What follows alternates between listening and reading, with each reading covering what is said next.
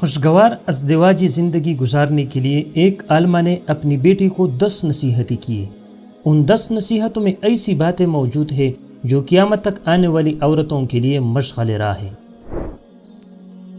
پہلی نصیحت کرتے ہوئے عالمہ نے اپنی بیٹی کو کہا، اے میرے آنکھوں کی ٹھنڈک، شوہر کے گھر جا کر قناعت والی زندگی گزارنے کی کوشش کرنا۔ شوہر کے گھر جو دال روٹی ملے اس پر راضی رہنا۔ جو رکی سکی شوہر کی خوشی کے ساتھ مل جائے اس مرغ پلاؤ سے بہتر ہے جو تمہارے اصرار کرنے پر اس نے ناراضگی سے دیا ہو۔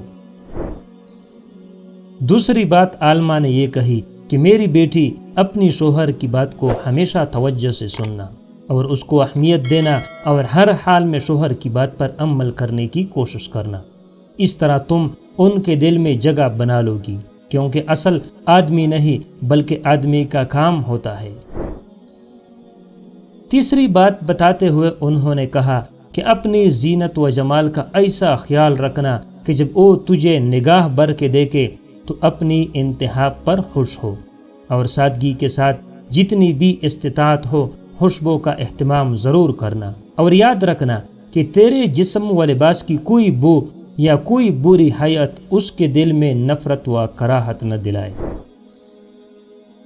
چوتھی بات بتاتے ہوئے کہا کہ میری پیاری بیٹی، اپنی شوہر کی نگاہ میں بلی معلوم ہونے کے لیے اپنی آنکھوں کو سرمے اور کاجل سے حسن دینا، کیونکہ پرکشش آنکھیں پورے وجود کو دیکھنے والے کی نگاہوں میں جچا دیتی ہے۔ غسل اور وضو کا اہتمام کرنا کہ یہ سب سے اچھی خوشبو ہے اور لطافت کا بہترین ذریعہ بھی ہے۔ پانچویں بات یہ بتائی کہ بیٹی، شوہر کا کھانا وقت سے پہلے ہی اہتمام سے تیار رکھنا، کیونکہ دیر تک برداشت کی جانے والی بھوک بھڑکتے ہوئے شعلے کی مانند ہو جاتی ہے، اور شوہر کے آرام کرنے اور نیند پوری کرنے کے اوقات میں سکون کا ماحول بنانا، کیونکہ نیند ادھوری رہ جائے تو طبیعت میں غصہ اور بدمزاجی پیدا ہو جاتی ہے۔ چھٹی بات یہ کہی کہ بیٹی، شوہر کے گھر اور ان کے مال کی نگرانی، یعنی ان کی اجازت کے بغیر کوئی گھر میں نہ آئے، اور ان کا مال لعویات، نمائش اور فیشن میں برباد نہ کرنا، کیونکہ مال کی بہتر نگہداشت حسن انتظام سے ہوتی ہے اور اہل و عیال کی بہتر حفاظت حسن تدبر سے ہوتی ہے۔ ساتویں بات بیٹی کو بتاتے ہوئے کہا کہ شوہر کی رازدار رہنا، ان کی نافرمانی نہ کرنا، کیونکہ ان جیسے باروب شخص کی نافرمانی جلتی پر تیل کا کام کرے گی، اور اگر تم اس کا راز دوسروں سے چھپا کر نہ رکھ سکی تو شوہر کا اعتماد تم پر سے ہٹ جائے گا، اور پھر تم بھی اس کے دروغ پن سے محفوظ نہیں رہ پاؤ گی۔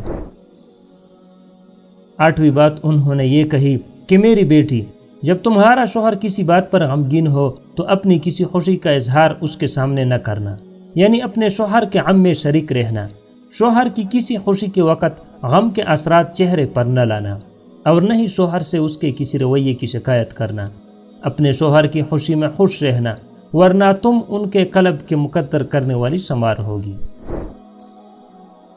9ویں بات بتاتے ہوئے کہا کہ بیٹی، اگر تم شوہر کی نگاہوں میں قابل احترام بننا چاہتی ہو تو اس کی عزت اور احترام کا خوب خیال رکھنا اور اس کی مرضی کے مطابق چلنا، تو تم شوہر کو بھی زندگی کے ہر لمحے اپنا بہترین رفیق پاؤ گی۔ 10ویں بات بتاتے ہوئے کہا کہ بیٹی، میری اس نصیحت کو پلوں سے باندھ لو اور اس پر گرہ لگا لو کہ جب تک تم ان کی خوشی اور مرضی کی خاطر کئی بار اپنا دل نہیں مارو گی، اور اپنے شوہر کی بات رکھنے کے لیے تمہیں اپنی پسند و ناپسند اور دیگر کئی خواہشات کو دبانا ہوگا۔ اگر تم ایسا نہیں کرو گی تو تمہاری زندگی میں خوشیوں کے پل نہیں کھل سکیں گے۔